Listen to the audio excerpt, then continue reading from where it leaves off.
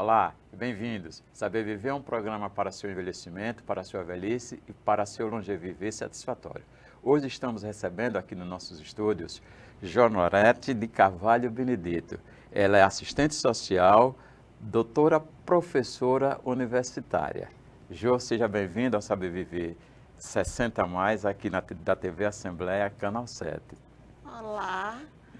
Primeiro eu quero lhe agradecer, Silvestre, pela oportunidade de estar aqui para a gente discutir um pouquinho mais sobre marcos legais, né, legislação em prol da pessoa idosa. Jo, por quê? Vou fazer logo uma provocância. Por que nossos idosos, você falou em marco legal, por que nossos idosos não celebram devidamente esses marcos legais? Veja só, Silvestre, os marcos legais, eles existem, mas eu acho que eles ainda não são amplamente divulgados. Eles são divulgados, mas a gente ainda precisa envolver mais essa pessoa idosa, que foi o responsável por essa conquista desses marcos legais. Hoje é bom saber, né, que vocês idosos foi responsável.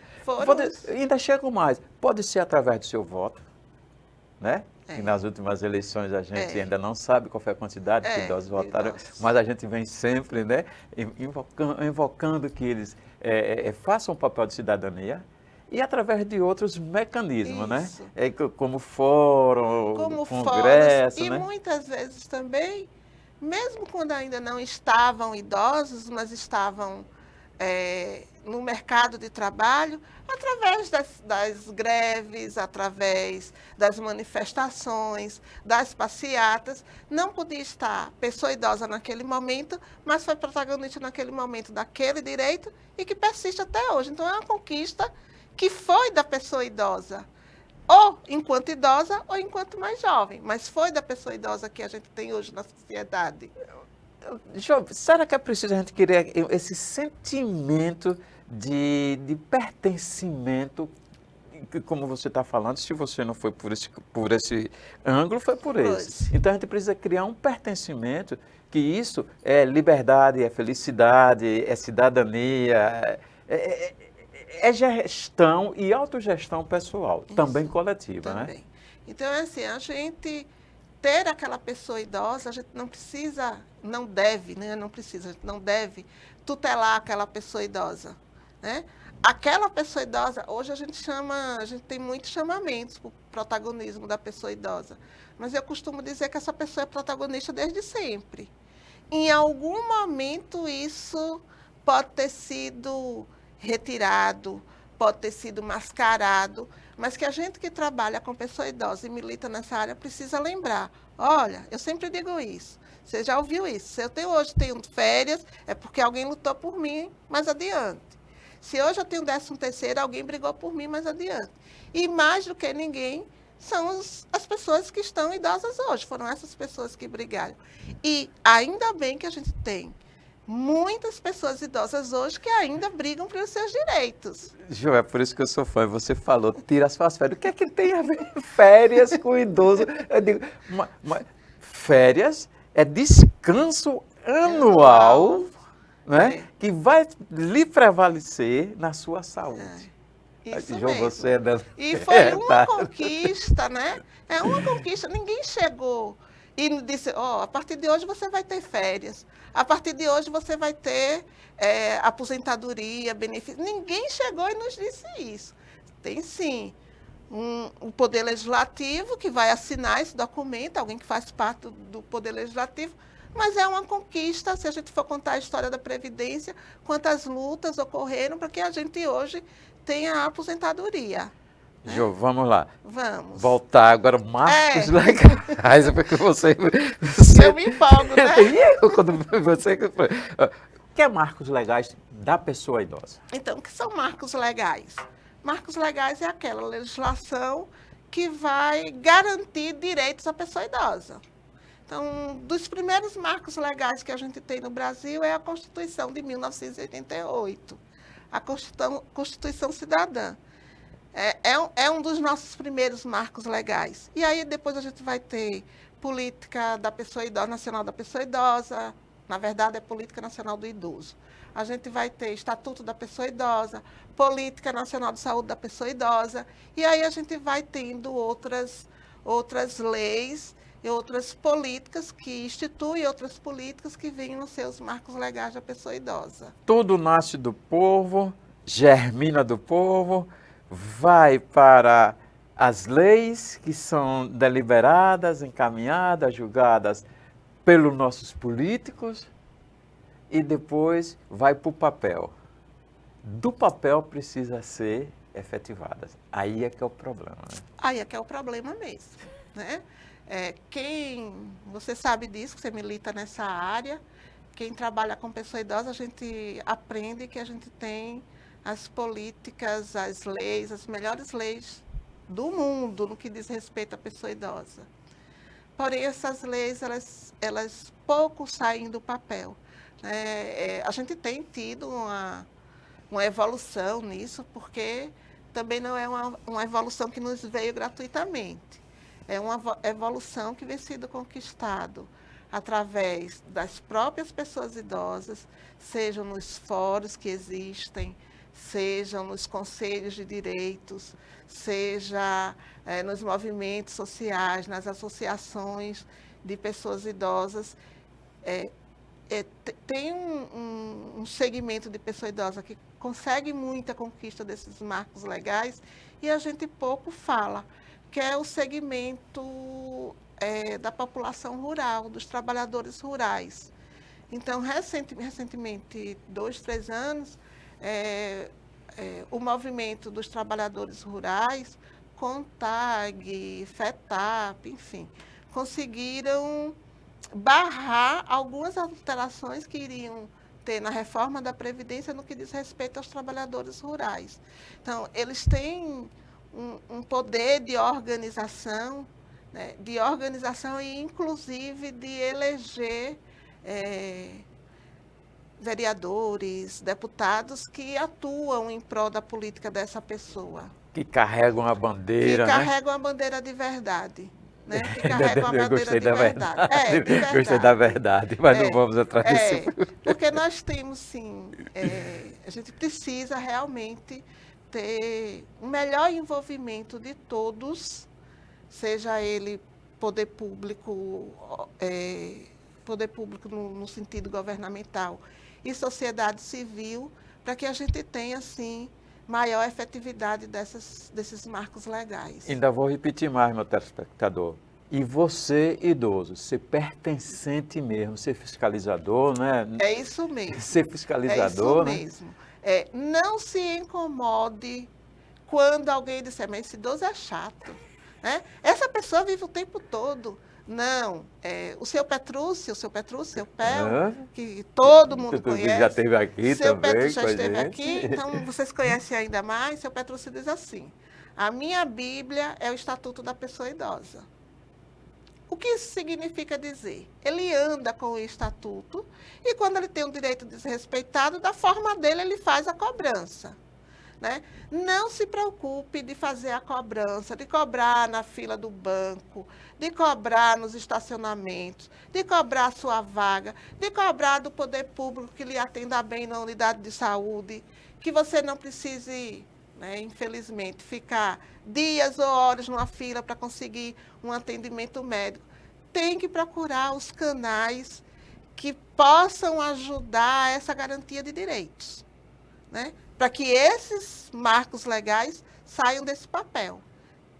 E a pessoa idosa venha ter uma qualidade de vida. Me conte mais sobre a Constituição que você citou como primeiro marco legal aí. O nosso primeiro marco legal, considerado nosso primeiro marco, a gente teve alguns marcos antes, mas período pós-ditatorial, nosso primeiro marco é a Constituição Federal. Que, como todo mundo já sabe, recebeu o título de Constituição Cidadã porque abarcou reivindicações do movimento social organizado. E, dentre os segmentos, eles receberam muito mais reivindicações. No momento, eu não vou lhe dizer o montante, porque eu não lembro.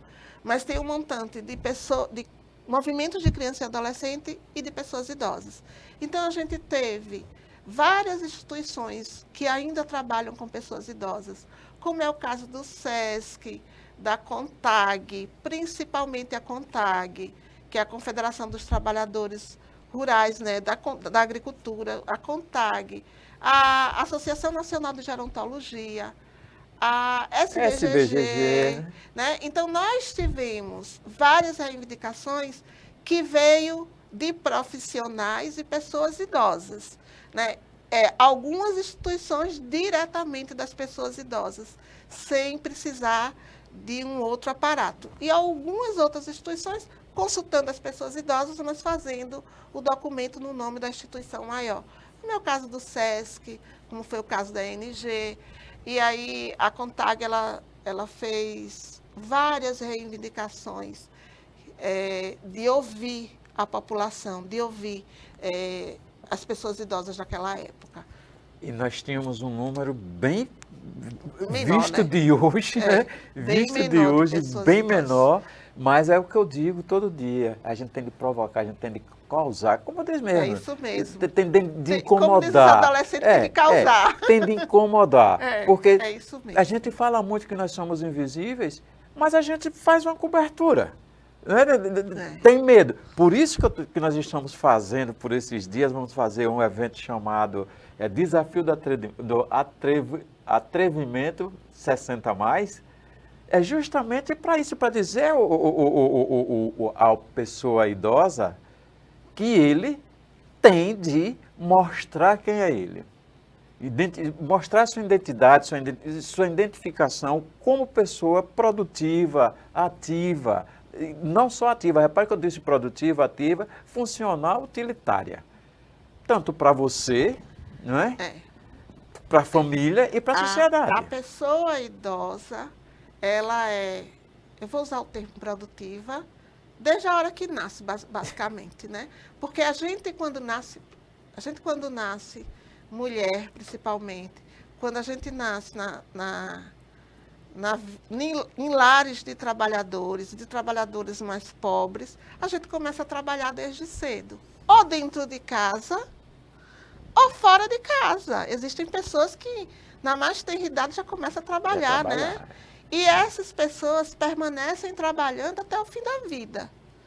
Não precisa ser de carteira assinada, não precisa ser lá no mercado de trabalho, porque se tem um trabalho que toma muito da pessoa idosa e que muitas vezes faz com que as mulheres não tenham uma qualidade de vida na velhice, é o trabalho doméstico. Né? Que ela trabalha da hora que acorda, da hora que vai dormir. Outro dia eu falando para umas idosas de crase, e eu falei, trouxe lá, minha filha, 84 anos dela, minha filha, eu ainda engomo a roupa do meu marido. Né? Aquela engomada de dar vinco. Eu disse, eu não quero comprar nem roupa que passe. São situações que a gente precisa pensar e diferenciar na hora que a gente vai implementar essas políticas públicas. A gente precisa pensar num todo. Diversidade idosa, que a gente chama de diversidade idosa, né? De gênero, de orientação sexual, de raça, porque essas pessoas não envelhecem da mesma forma. Com certeza.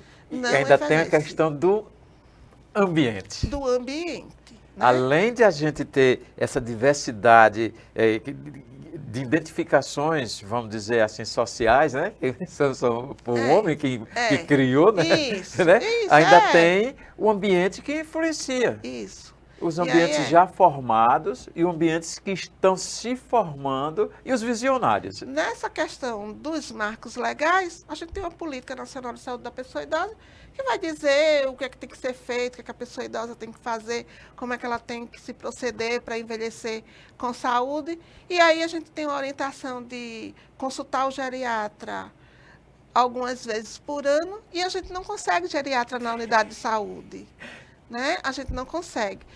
Ou porque os geriatras, ou porque os salários do poder público é muito baixo, ou porque não existe um geriatra, enfim, a gente não tem geriatra, ele não consulta. 75% da população brasileira de idosos, o único meio de saúde que encontra é o SUS. né? Mas nós não encontramos ainda as condições necessárias para atender todos os idosos dentro do SUS. Então, no que diz respeito a esse marco legal, a essa implementação, a gente precisa ainda lutar bastante para que as condições adequadas e necessárias desse marco legal existam para que essas pessoas consigam envelhecer melhor. Né? Eu não posso comparar o nosso envelhecimento que hoje temos, tanto eu como você me dá a permissão de falar isso, a gente tem hoje uma condição de vida melhor que nos permite envelhecer melhor. Não é a mesma coisa, eu vou usar o termo que eu uso, que é o seu João, que puxa as burrinhas lá na favela Sururu de Capote. Entendeu? É um exemplo aleatório, tá, gente? Correto. Mas como é que eu posso exigir do seu João que ele tenha uma qualidade de vida se ele não tem a condição necessária de envelhecer bem? E imagine só você falando, tem uma qualidade de vida numa capital e num estado que foram capital terceira pior, foi um descrito por uma pesquisa, foi a terceira pior capital do Brasil em qualidade de vida e o estado o quinto pior. Então, aí eu imagino como é a qualidade de vida dos nossos idosos. Infelizmente, nós somos o segundo estado mais pobre da federação, ainda somos o primeiro estado em não alfabetização, e é exatamente isso. Isso vai trazer consequências para o envelhecimento. Olha, tudo isso é reflexo, tudo isso vai refletir lá no segmento idoso. Isso. E vou dizer a vocês, principalmente no segmento idoso, os dois extremos sofrem mais, o segmento idoso e o segmento da criança e adolescente. Mas, hoje, o xodó dos nossos legisladores, tanto municipais quanto estaduais, e nossos governantes, são as crianças e adolescentes. Os idosos hoje estão, como nós gostamos de dizer, invisíveis ainda. Mas tivemos eleição agora, vamos ter no próximo e vamos avançando um pouquinho. Agora, que é preciso os idosos fazer alguma coisa, como a gente começa a falar, é preciso. Você falou da Constituição, logo depois da Constituição veio a Política Nacional da Pessoa Idosa, né? É um instrumento bem importante para seu conhecimento também. A Política Nacional do Idoso, ela vai definir quais são as competências de cada ente federativo, né? Ela vai definir que essa política ela existe para a garantia de direitos da pessoa idosa, o que venha a ser repetido mais adiante no Estatuto da Pessoa Idosa. E aí nós vamos ter a política como norteador de implementação da política e de criação de políticas estaduais e municipais. Pronto, só para a gente ter um entendimento, a Constituição ela diz isso, a política vem e já vai, é como se fosse distribuir. Isso, ela vai, que também a política foi conquista. Vamos lembrar que foi uma conquista que não existia, né? E uma conquista muito, mas muito suada, vamos dizer assim. Foi uma conquista também de trabalhadores e de pessoas idosas. Tudo se iniciou, e aí eu gosto sempre de lembrar que tudo se inicia com o SESC. Né? Um encontro que o SESC teve lá em Bertioga, porque o SESC é o nosso primeira entidade a trabalhar com pessoas idosas, e tudo se iniciou com o SESC. Naquela época, né? Dos anos 60, no nosso caso aqui, da política já são anos 90, iniciou o finalzinho dos anos 80 essa discussão, e aí a gente tem a política que vai delimitar direitos da pessoa idosa, competências de cada órgão e, principalmente, vai criar os conselhos. Na verdade, o Conselho Nacional ele foi vetado naquele momento, mas mesmo com o artigo da criação do Conselho Nacional ter sido vetado, mas foram aprovados os artigos que falavam da criação dos conselhos estaduais e dos conselhos municipais. Né? Só para lembrar, a política da pessoa idosa ela veio logo depois né? Ela já vinha em estudos, mas ela foi assinada logo depois do caso da Clínica Santa Genoveva, lá no Rio de Janeiro. Olha, Esse veja, foi um dos encadeadores. isso. Olha, o que a Jô está falando, o nome primeiro que a gente conversou foi conquistas. Conquistas. Olha, Não esqueçam o que muito. nós conquistamos na nossa família intrafamiliar, nós não fazemos festas, nós não vamos dizer assim, exercitamos uma gratidão a alguém, a um pai, a um avô. Quando você comprou um carro, não foi uma conquista para você facilitar você ir para o seu trabalho, para o seu lazer. Você comprou uma casa, não é uma conquista que você vai ter o cantinho para botar sua família. As leis também são conquistas de valorização e muito. E muito. Aí depois, como você estava falando, veio os conselhos e daí, vamos dizer assim, ramificou outros. O Estatuto do Idoso. O Estatuto do Idoso, que é o nosso marco legal mais recente e que a gente tem feito muito uso dele, ele na verdade, ele é um compilado, vamos dizer assim, de tudo que já existia em relação à pessoa idosa. Então, foi tudo para um lugar só. E teve uma alteração, que é a alteração da punição para os crimes contra a pessoa idosa. Essa é a nossa alteração, é a nossa grande conquista do Estatuto. Né? O Estatuto ele não foi também nos dado, né? Continua, eu vou repetir hoje várias vezes que foi uma conquista que tramitou 7 anos no Congresso Nacional, para que ele viesse a ser aprovado e assinado, sancionado em 1º de outubro de 2003. Mas antes disso ele circulou com todas as questões que circulam nas casas legislativas durante 7 anos. É a lei, vamos dizer assim, caçula. É a lei caçula. É a lei caçula.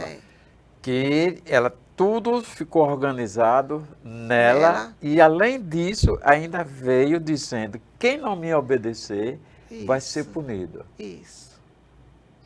Ele coloca valores para multas, pena de prisão para alguns casos, enfim. O Estatuto ele precisa ser apropriado, não só pela pessoa idosa, principalmente por ela, mas por todos que fazem parte da sociedade, porque a gente precisa entender o que rege a vida de uma pessoa idosa e que crime a gente está cometendo, né? Olha aí, pessoal, quando a gente começou aqui no programa, a gente começou sobre a questão de o que é que a gente pode fazer para dar o dia 1º de outubro, que é o dia comemorativo de todas essas conquistas. Só não é da Constituição, mas está no meio. Está no meio. Dia Nacional do Idoso, Dia Nacional da Pessoa Idosa, Dia Internacional do Idoso, até porque eu acho que a legislação mundial não mudou, né? Pessoa idosa só no Brasil, né? Dia do Estatuto da Pessoa Idosa. E aí nós não fazemos praticamente, eu estou dizendo nós, quando digo isso, nós idosos. Quem fazem são as instituições. Às vezes fazem com interesse, pessoal. A gente precisa fazer, nós precisamos comemorar nós idosos. Comemorar nós idosos. Inventar, criar qualquer celebração. De que maneira a Política Nacional do Idoso, que foi instituída em 1994, contribuiu para a promoção e autonomia e a própria dignidade do idoso? Veja só, quando a Política Nacional do Idoso ela vem para a garantia desses direitos, institui algumas obrigações, então, a execução dessas obrigações, a implementação dessas obrigações via poder público, ela vem como forma de ajudar, contribuir, na verdade, exercendo o papel do poder público, de trazer melhores garantias para a qualidade de vida da pessoa idosa. Então, promovendo a acessibilidade, né? Pautando, não só pautando, mas estruturando os conselhos para que eles funcionem, como eles devem ser, como eles devem funcionar, colocando como a Política Nacional da Pessoa Idosa como as políticas outras sejam implementadas. Então, criando as condições estruturais para que essa pessoa idosa tenha acesso à alimentação, tenha acesso à saúde, tenha acesso ao lazer, que elas consigam melhorar sua qualidade de vida. Quais as obrigações do Estado e da sociedade em relação à saúde e bem-estar da pessoa idosa, conforme estipulado até no Estatuto? Então, veja só, Silvestre, tem estipulação do Estatuto, tem da Política Nacional, há uma necessidade, e eu repito isso em todas as minhas falas, há uma necessidade que o poder público ele assuma de verdade essa política, né? Que a gente tenha as condições necessárias para que a pessoa idosa consiga ter o atendimento médico, para que a pessoa idosa consiga ter a alimentação, para a pessoa idosa consiga fazer sua caminhada, né? A gente sabe que a gente ainda tem o município de Marcel, por exemplo, a gente ainda tem várias ruas sem condições de fazer uma caminhada. Então, essa é uma obrigação do poder público. Como a sociedade civil vai fazer isso? E eu me coloco na condição de sociedade civil nesse momento. Eu acho que a gente precisa, enquanto sociedade civil, se articular a quem pode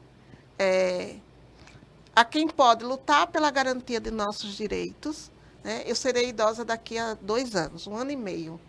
Então, articular pela garantia desses direitos e eu vou usar um termo popular que é engrossar o caldo. A gente precisa engrossar o caldo de quem está lutando, né? Não é imaginar aquilo que você já falou. Não é uma entidade sozinha que vai fazer. A entidade ela precisa ser parceira. A entidade ela precisa, de certa forma, também conclamar o restante das pessoas idosas para que a gente consiga fazer essas reivindicações com maior força. Jô, vou fazer um compêndio e fazer uma pergunta que eu acho bem interessante e que está se discutindo muito. Você falou em algumas instituições que Sim. colaboraram para a criação Sim. do Estatuto, Sim. da Constituição, Sim. como o SESC, SBGG, COBAP, né? E aí me veio uma questão que está se discutindo, como eu estava dizendo, é a questão do envelhecimento pessoal e o envelhecimento coletivo. Porque hoje, no seu conhecimento, que a Jo, eu acho que eu esqueci de dizer no início que Jo é técnica, sou secretária executiva. Secretária executiva do Conselho Municipal de Idosos. Me imagina a capacidade, a expertise da mulher, né? E a gente vê muitos movimentos isolados. E quando a gente vê esse movimento isolado, a preocupação é que se trabalha mais o individual do que o envelhecimento coletivo. Esse paradigma não já está bom? Como é que a gente poderia quebrar esse paradigma? Não sei como poderia quebrar. Eu não sei lhe dizer, mas eu sei lhe dizer sim. Realmente a gente tem na sociedade um chamamento para o envelhecimento de forma individual e de forma individual responsabilizando cada pessoa pelo seu envelhecimento. É verdade que nós somos responsáveis pelo nosso envelhecimento. Certeza. Mas também é verdade que para a gente ter um bom envelhecimento individual, eu preciso ter as condições necessárias para que eu tenha esse envelhecimento. E, a partir do momento que a gente precisa pensar no envelhecimento coletivo, significa que a gente tem que trabalhar de forma conjunta para que esse envelhecimento chegue até todas as pessoas, né? Que a gente trabalhar de forma conjunta. E aí eu repito, principalmente chamando a responsabilidade do poder público, para que o poder público trabalhe as políticas que integram o processo de envelhecimento. Com essa resposta, com esse conhecimento, a gente está chegando ao fim deste programa, porque a gente vamos ter outro programa com a Jo. Jo, a gente deixa aqui para essa edição alguns minutos para você fazer sua consideração final. Silvestre, eu agradeço mais uma vez, né, a possibilidade de estar aqui a possibilidade de refletir sobre a condição da pessoa idosa no nosso município, no nosso estado, no nosso país, e deixando, como sempre, um chamamento para todas as pessoas idosas que participem das suas associações, das suas entidades, que reclamem e que reivindiquem. Até já, nosso telespectador, aqui do canal 7 da TV Assembleia, e quem quiser rever este programa e outros ensinamentos, é ir lá no YouTube, no nosso canal, programa Saber Viver 60+, ou no YouTube ou no canal da TV Assembleia. Estaremos lá com todos os nossos programas. Até mais.